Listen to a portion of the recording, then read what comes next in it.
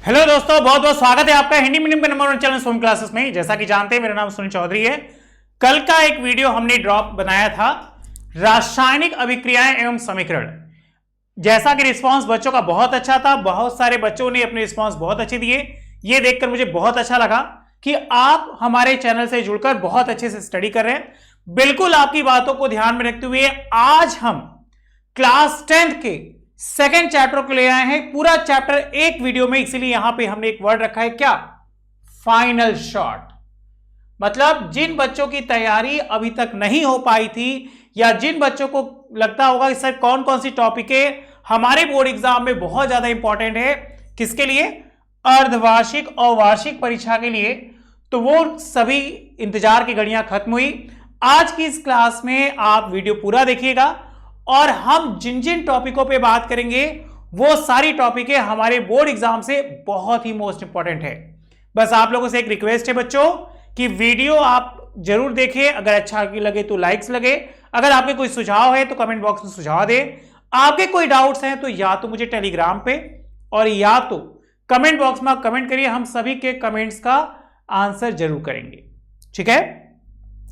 पहले वीडियो की बात करें तो पहले वीडियो में कुछ बच्चों ने बहुत अच्छा रिस्पांस दिया है, तो चलिए उसके लिए बहुत बहुत थैंक यू।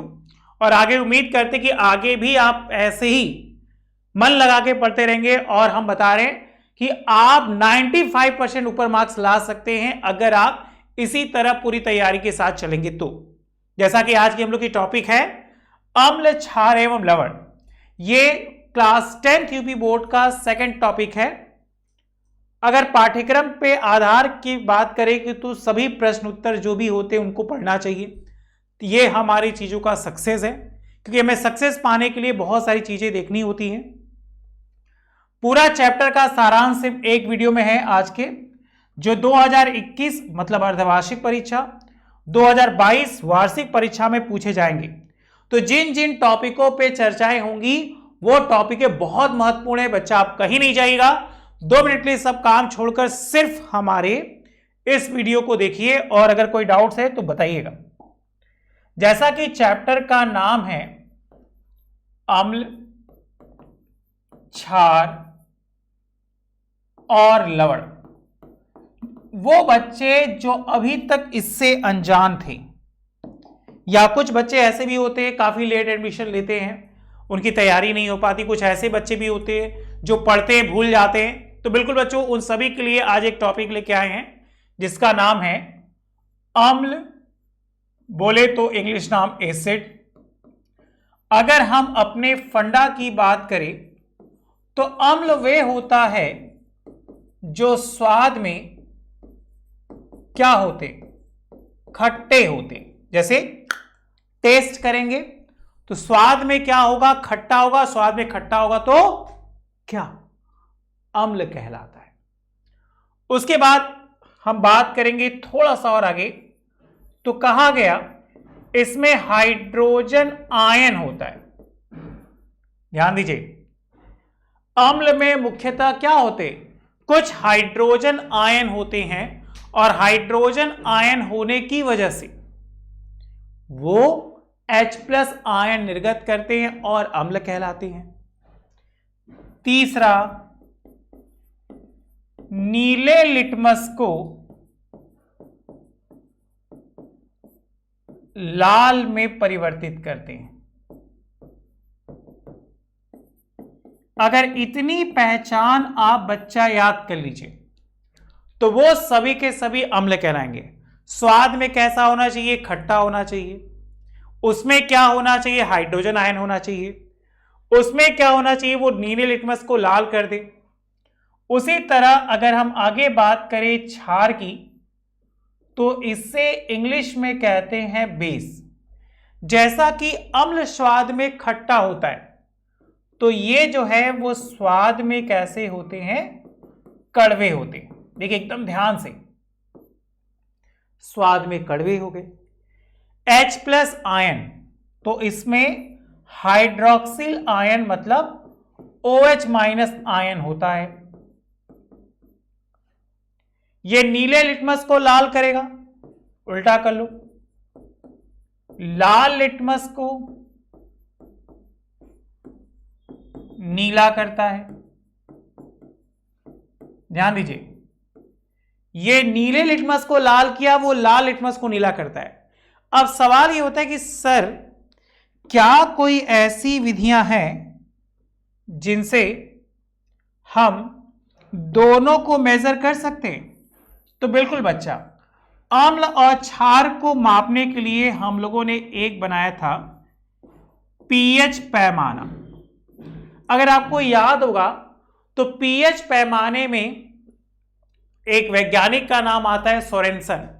सोरेनसन ने एक बात कही कि उस पैमाने के अंतर्गत यदि किसी भी वस्तु का जो पीएच मान है, क्या पीएच मान 7 से कम हो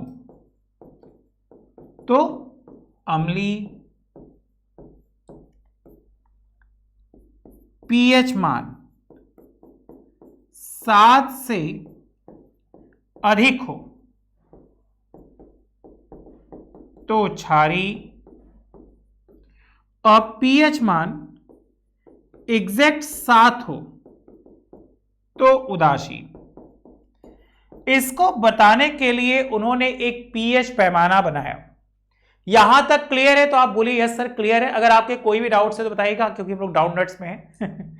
आपके सभी डाउट्स को बिल्कुल अच्छे से क्लियर कर देंगे। ठीक, आगे चलें। जैसा कि एक वर्ड आ रहा है सर पीएच पैमाना, अगर आपके पास एनसीईआरटी बुक है तो एनसीईआरटी बुक ओपन कर सकते हैं।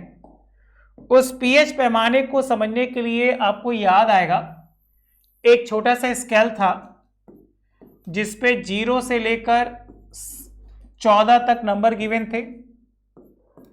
हमने कुछ नंबर को हाईलाइट कर लिया। जो हमारे पुराने बच्चे हैं वो जानते हैं क्यों हाईलाइट किया है। जो नए बच्चे देख रहे हैं वो थोड़ा सा टॉपिक को समझिए।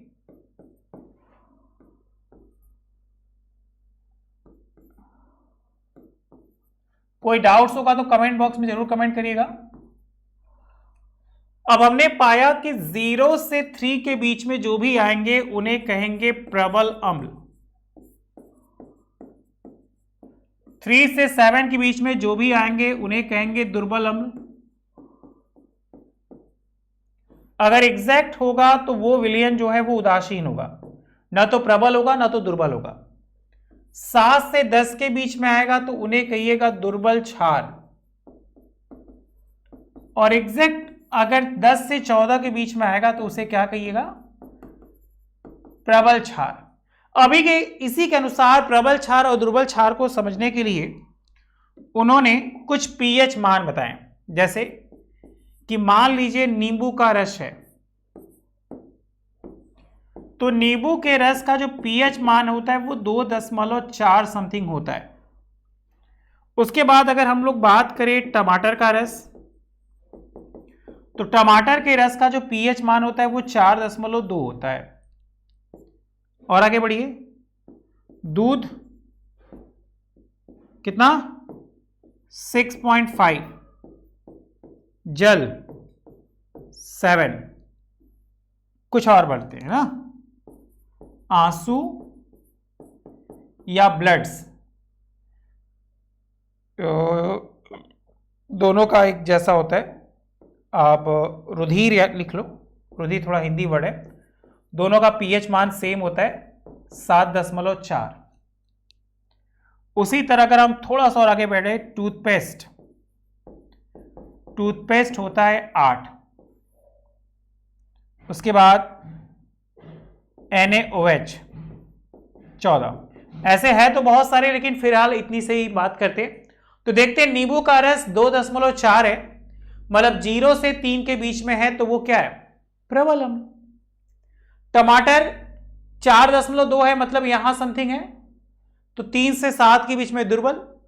जल का पीएच मान 7 है, इसलिए उदासीन। ये देखिए, ब्लड, कभी खून पिया है किसी का? तो ब्लड पी करोगे तो हल्का कड़वा टेस्ट आता है, और वो कड़वा टेस्ट आने का मतलब क्या? क्षारीय प्रकृति। टूथपेस्ट, कहा है ना आपके टूथपेस्ट में नमक है, तो नमक नहीं, वो क्षारीय होने का कारण यह है कि हम लोग ब्रश नहीं करते तो अम्लीय प्रकृति होती है, और अम्ल को हटाना है तो क्षार का प्रयोग करना चाहिए। तो क्षारीय प्रकृति होगी तभी वो टूथपेस्ट काम करेगा। तो कोई भी पूछे टूथपेस्ट कैसा होता है तो क्षारीय, और NaOH का pH मान होता है 14। इसी को समझाने के लिए कुछ pH फॉर्मूला आपको बताया गया था कि जब अम्लीय माध्यम हो तब आपके सर ने बताया होगा एक छोटा सा फॉर्मूला, pH बराबर -log(10H+ आयन। बोलिए क्या ये बात याद आ रही है? ये फाइनल शॉट है बेटा, अगर एक बार समझ गए तो 100% याद हो जाएगा, फिर भी नहीं समझे तो बताइएगा। उसके बाद POH -log(10OH- आयन। उसके बाद pH प्लस POH बराबर 14, फिर H+ dot OH minus equal to 10⁻⁻14। ये चार ऐसे हैं जो मुख्यतः दिए जाते हैं, ये वाला अम्लीय माध्यम में, ये वाला क्षारीय माध्यम में, ये सांद्रता होने पर, और ये घातांक होने पर।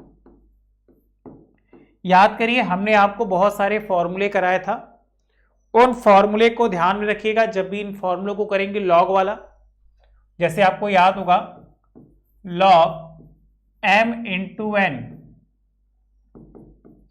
log m log n, बताइए दिख रहा है? दिख रहा है कि नहीं? log m into log n। उसी तरह ये वाला फॉर्मूला भी याद होगा आपको, log m to the power n क्या था?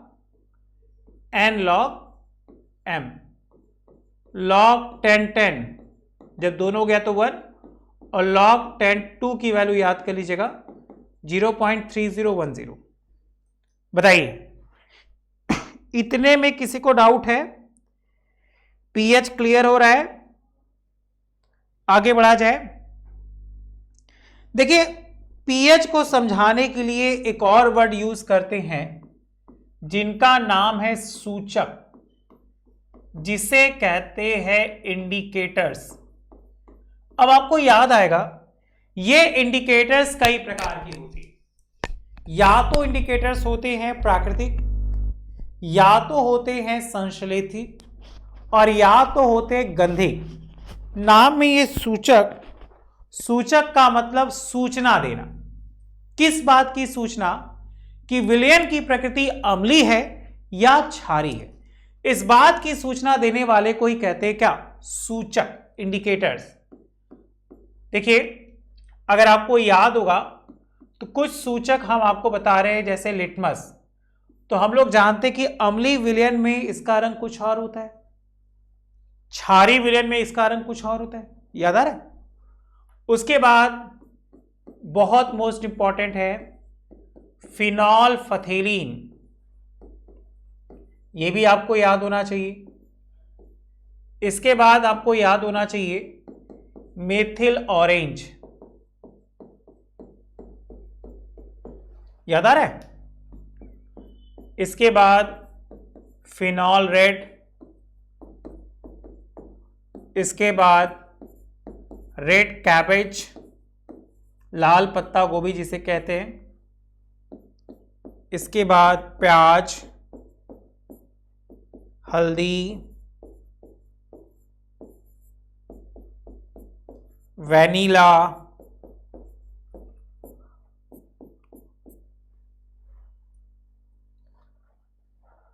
जल्दी जल्दी, मिथिल रेड। ये ऐसे सूचक हैं जिनका अम्लीय विलयन में कुछ रंग और क्षारीय विलयन में कुछ और रंग होता है। अगर ये सूचक आपको याद हो गए तो 100% आपके बोर्ड एग्जाम में आपको अच्छे मार्क्स मिलेंगे। सूचक का काम क्या है? अम्लीय या क्षारीय विलयनों की सांद्रता को व्यक्त करता है, और हमें रंग या गंध परिवर्तित करके इस बात का पता लगाता है कि विलयन की प्रकृति कैसी है, अम्लीय है या क्षारीय है। बताइए, इसको नोट कर लीजिए जो लोग नोट नहीं किए, ठीक है। सूचक के बाद अगर हम बात करें तो कहा जाता है कि क्यों इतना हम पीएच पे हुए, तो दैनिक जीवन में हम लोग के देखिए दैनिक जीवन में पीएच का महत्व होता है। दैनिक जीवन में पीएच के महत्व के कारण ही बदलाव होते हैं। जैसे सबसे पहला ही कारण है पीएच के कारण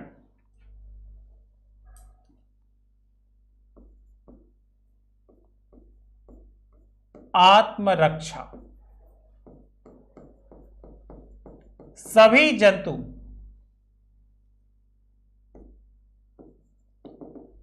पीएच परिवर्तन के कारण खुद की क्या आत्मरक्षा कर सकते हैं।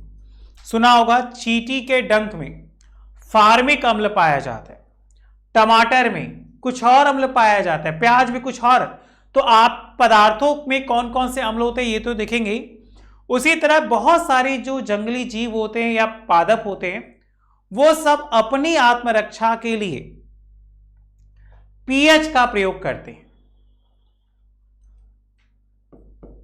दोनों में होता है, जंतुओं में भी और पादपों में भी।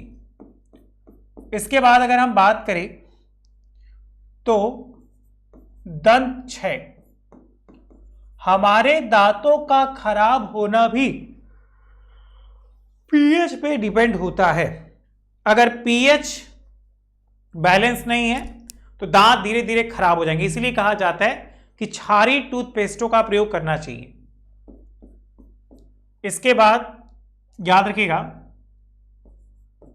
पाचन क्रिया, हमारे शरीर का जो नॉर्मल पीएच होता है, मानव शरीर का पीएच संतुलन लगभग 7 से 7.8 के बीच में होना चाहिए। अगर इतना नहीं होगा तो हमारे शरीर में पाचन की क्रिया अच्छी नहीं होगी और हमारे शरीर में भोजन अच्छे से पचित नहीं होगा। इसके बाद एक नाम सुना होगा एसिडिटी। एसिडिटी का भी कारण है कि मानव के शरीर में पीएच का मान 7 से कम हो जाना। इसीलिए ऐसे पर्सन जिसको एसिडिटी होती है उसे क्या देते हैं याद है? उसे दिया जाता है क्या क्या देते हैं याद आया? इनो। और इनो देने से इनो क्षारी होता है, पीएच समान होता है, एसिडिटी दूर हो जाती है। उसके बाद मृदा की उर्वरता। मृदा की उर्वरता मतलब उपजाऊ क्षमता भी पीएच पे ही डिपेंड होती है और इसी के कारण ही मिट्टी की उपजाऊ क्षमता को या तो बढ़ा सकते हैं और या तो घटा सकते हैं। अगर आप पाएंगे तो कोई भी फसल लगाएंगे तो पहले मिट्टी की जांच की जाती है और मिट्टी के जांच के बाद ही पता चलता है कि सामान्यतः शरीर में क्या क्या चीजें कमी है, क्या क्या उस मिट्टी में कमी है और फिर उन चीजों को मिलाया जाता है, मिट्टी की उपजाऊ क्षमता बढ़ जाती है।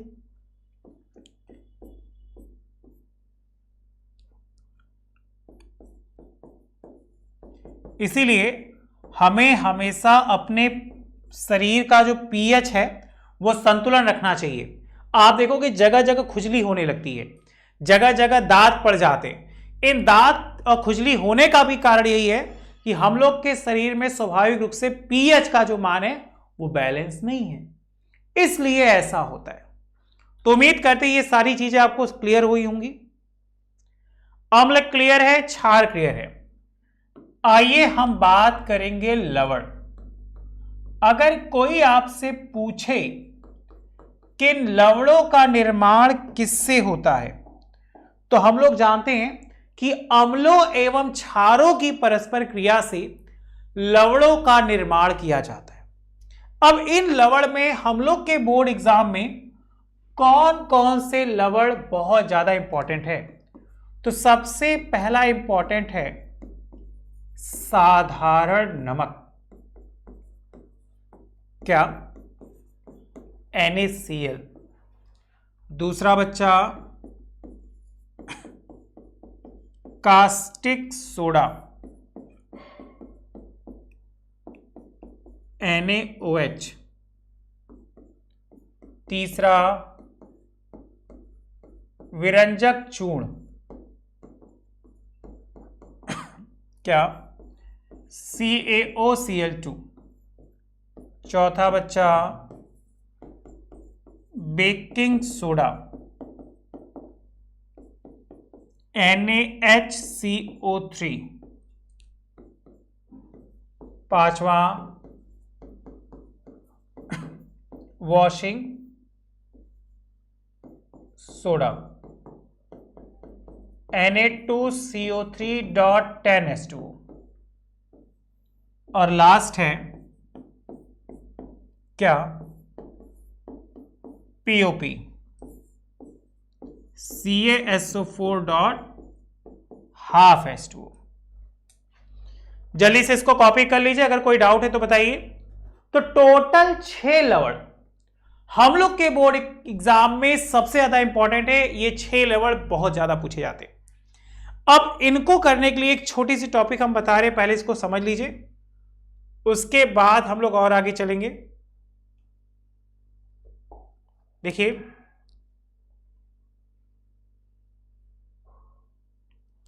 Fast fast.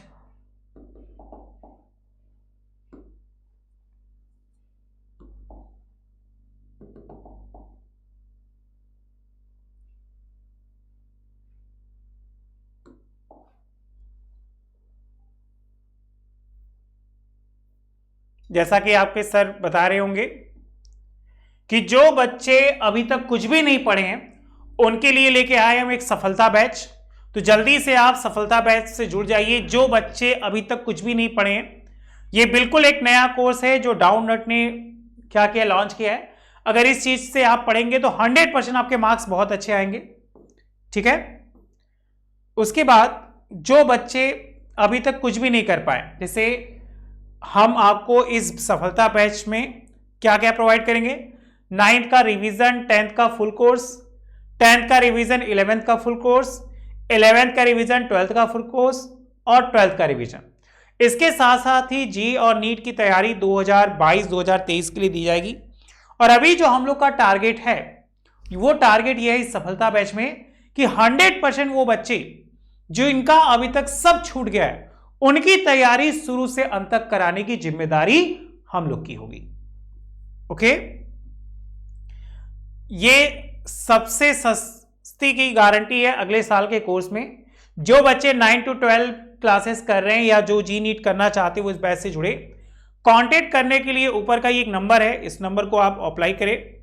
इसमें आपको कुछ चीजें प्रोवाइड की जाएंगी, जैसे डेली क्लासेस मिलेंगी, प्रीवियस ईयर के पेपर जो कि आपके एग्जाम पर्पज से बहुत ज्यादा इंपॉर्टेंट होता है, टीचर के नोट्स और स्लाइड्स, जैसे ये जो चीजें हैं इनको स्लाइड्स कहते हैं, जो आपको अच्छे से आपकी स्टडी में हेल्प करेंगी। उसके बाद रोज होमवर्क मिलेंगे, ये तो जानते हैं। डाउट सॉल्विंग, जो भी आपके डाउट्स है, क्योंकि अगर आप पढ़ेंगे तभी आपके मन में डाउट्स आएगा, सर ये कैसे हो गया, ये कहां से हो गया, ये चीजें आप बताइए। नहीं पढ़ेंगे तो कुछ भी नहीं आएगा। टॉप बुक्स वीडियो सॉल्यूशन, मतलब जो भी आपके पास बुक्स है वो तो अवेलेबल है, लेकिन इसके अलावा बहुत सारी बुक्स का सॉल्यूशन आपको दिया जाएगा, क्योंकि एग्जाम में ऐसे ही क्वेश्चन बनते हैं जो हम लोग को नहीं आते। और साथ ही साथ प्रैक्टिस पेपर टेस्ट सीरीज भी दी जाएगी, इसको याद कर लीजिएगा। ये वो बच्चे हैं जो इस बैच से जुड़े हैं और सफलता के स्वाद को चखे हैं। मतलब कमलप्रीत, कोमल और ऋषित ये क्लास 10-12 के बच्चे हैं। आप भी क्लास 10-12 के बच्चे हो, तो जो बच्चे इस वीडियो को देख रहे हैं वो जरूर इस बैच से जुड़े। देखें क्या है, इनमें जुड़ने के लिए आप इस नंबर पे कॉल करें और डिस्काउंट पाने के लिए, जैसा कि आप देख रहे हैं, शुभम 10 यूज करेंगे, वो आपसे पूछेंगे, तब आप बहुत अच्छे से इसको बता पाएंगे और आपको गारंटी है संतुष्टि मिलेगी। हम लोग बात कर रहे थे सॉल्ट्स की, तो हम लोग के बोर्ड एग्जाम में 6 सॉल्ट्स पूछे जाएंगे। वो 6 सॉल्ट्स पूछने का एक छोटा सा फॉर्मेट है। सबसे पहला याद रखिएगा, बनाने की विधि। हमसे एग्जामिनर पूछेगा इनको किन किन विधियों के द्वारा बनाएंगे। दूसरा पूछेगा गुणधर्म, और तीसरा पूछा जाएगा आपसे उपयोग। आखिर आपने इसका क्यों बनाया, किस उपयोग के लिए बनाया। अब जैसा कि बनाने की विधि की बात हो रही है तो दो विधियां होती हैं, या तो आपसे पूछेगा प्रयोगशाला विधि बताइए, और या तो आपसे पूछा जाएगा बच्चों औद्योगिक विधि बताइए। ये दोनों विधियां आपसे एग्जाम में पूछी जाएंगी। प्रयोगशाला विधि मतलब कैसे लैब में उसको बनाएंगे, इंडस्ट्री कारखाने में जिन विधियों का प्रयोग करते हैं उसे औद्योगिक विधि के नाम से आते हैं। गुणधर्म की बात करें तो दो गुणधर्म होते हैं, एक होता है बच्चा भौतिक गुणधर्म, और बच्चा दूसरा होता है हमारा रासायनिक गुणधर्म। ठीक, और लास्ट में है उपयोग। कम से कम आप चार चार उपयोग तो जरूर याद करिए। जैसे अगर हम बात करें तो नमक का उपयोग सामान्यतः आप देखोगे किसी भी यौगिक को बनाने में किया जाता है, मतलब अभिकारक के द्वारा। वैसे ही अगर हम बात करें बेकिंग सोडा, आप देखो बिस्किट में, केक में और चीजों को पाउडरी कुरकुरा बनाने में इसका प्रयोग करते हैं। नाम में वॉशिंग सोडा, क्या कपड़े धोने में और चीजों को विरंजक के रूप में करते हैं। वैसे ही सुना होगा पीओपी। अगर कोई आपसे पूछे सर पीओपी का full form, P for plaster, O for of, P for Paris. देखा होगा जो पुट्टी वगैरह किया जाता है, मतलब दीवालों की सतह को जो चिकना बनाते हैं, उस चिकना बनाने में जिस चीज का प्रयोग करते हैं उसी को बच्चा कहते हैं POP, full form plaster of Paris.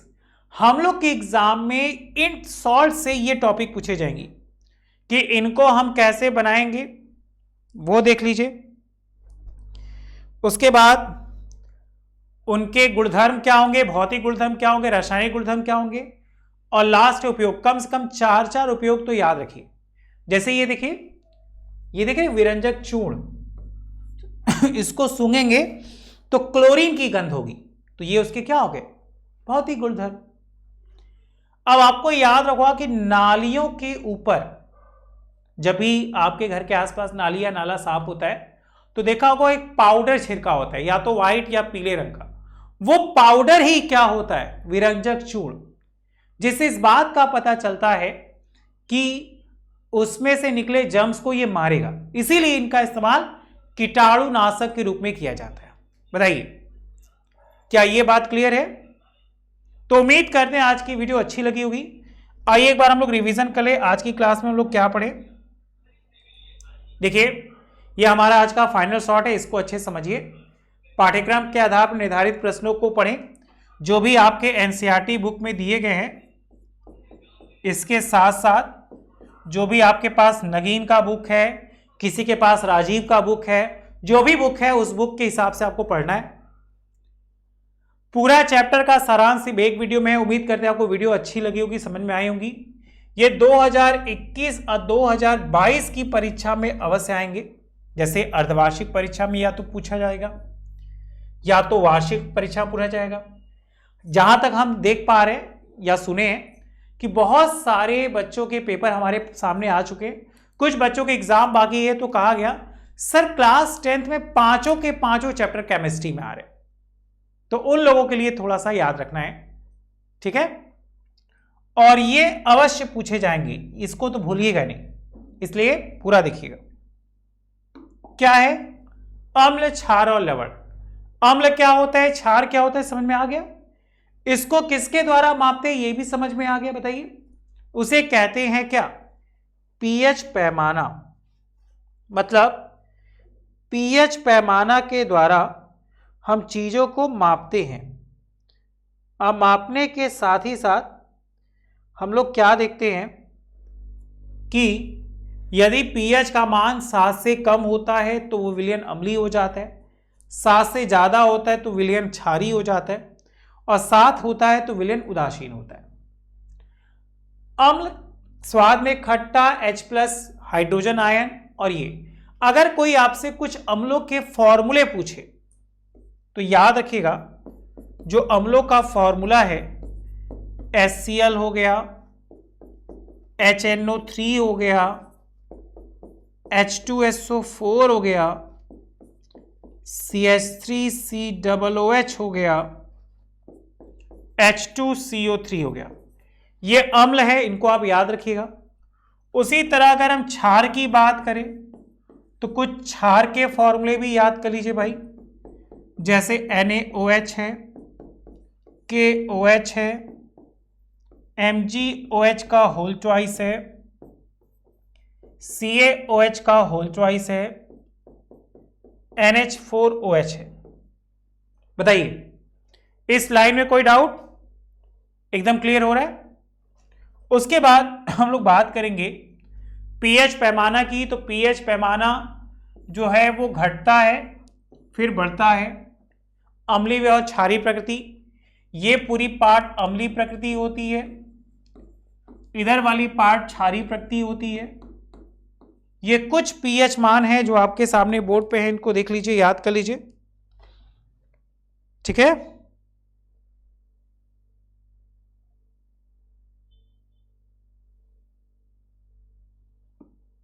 Clear?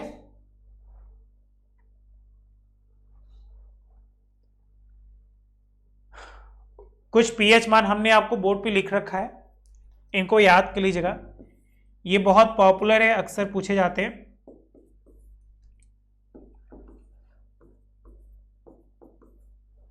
ये पीएच के फॉर्मूले हैं, उतने ही मोस्ट इंपॉर्टेंट है, इनको याद कर लीजिएगा। और ये कुछ लॉग का फॉर्मूला है, इसको तो भूलिएगा नहीं, ये हमने आपको पढ़ाया था। उसके बाद सूचक, कुछ सूचक है जिनका अम्लीय या क्षारीय विलयनों में रंग अलग अलग होता है, इनको आप याद करिए। क्या है भाई? Litmus, phenolphthalein, methyl orange, phenol red, red cabbage, प्याज, हल्दी, वैनिला और मेथिल रेड। उसी तरह दैनिक जीवन में पीएच का महत्व आत्मरक्षा, चाहे जंतु हो चाहे पादप हो, दंत क्षय को बढ़ाता है, पाचन क्रिया में एसिडिटी, मृदा की उर्वरता और पीएच का संतुलन, ठीक है, नहीं बनाए रखेंगे तो प्रॉब्लम क्रिएट होगा। और लास्ट है सॉल्ट। कौन कौन सा सॉल्ट है भाई? देखिए, साधारण नमक सबसे पहला, उसके बाद कास्टिक सोडा, देखिए ये क्षारीय है। विरंजक चूर्ण, ये हमारा है वॉशिंग सोडा। आप बच्चा काम करिएगा, फॉर्मूला जरूर याद करिएगा, जितना ज्यादा याद करेंगे उतना ज्यादा क्लियर होगा। तो टोटल हम देख रहे हैं 6 प्रकार के लवण होते हैं। वैसे लवण के 6 प्रकार ये भी होते हैं, अगर आपको याद है तो अच्छी बात है, नहीं याद है तो याद कर लीजिएगा। एक होता है सामान्य लवण, उसके बाद होता है अम्लीय लवण,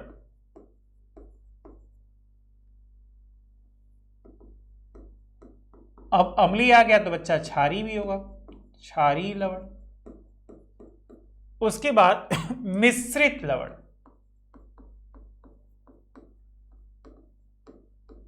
फिर जटिल लवण और द्विक लवण। बताइए, अगर हम एक एक एग्जाम्पल की बात करें तो सामान्य लवण में यही आता है NaCl। अम्लीय लवण में दोनों के बीच में हाइड्रोजन आ गया तो ये हो गया हमारा क्षारीय लवण, सॉरी अम्लीय लवण। OH आएगा तो ये हो जाएगा हमारा क्षारीय लवण, जैसे ये देखिए। मिश्रित मिला होना चाहिए, कई सारे लवण आपस में मिले होते हैं, जैसे NaKPO4, ये हो गया हमारा मिश्रित लवण। जटिल मतलब ब्रैकेट बहुत ज्यादा होना चाहिए, जैसे K4FeCN6, ये हो गया हमारा क्या, जटिल लवण। और द्विक लवण में आप याद कर लीजिएगा फिटकरी, और मुझे नहीं लगता हमारे किसी भी बच्चे को फिटकरी का फॉर्मूला नहीं पता। तो उम्मीद करते हैं आज की क्लास अच्छी लगी होगी। अगर अच्छी लगी होगी तो प्लीज बच्चा लाइक जरूर करिए। ये फाइनल शॉट था हमारे सेकंड चैप्टर का। नेक्स्ट वीडियो में हम थर्ड चैप्टर का लेके आएंगे। अगर यहां तक आपको अच्छा लगे तो प्लीज कमेंट जरूर करिएगा। अगर कोई डाउट्स होगा तो कमेंट बॉक्स में जरूर पूछ लीजिएगा। ठीक है, तो चलो आज के लिए इतना ही। Thank you so much, bye bye. घर पे रहिए, स्वस्थ रहिए, मस्त रहिए।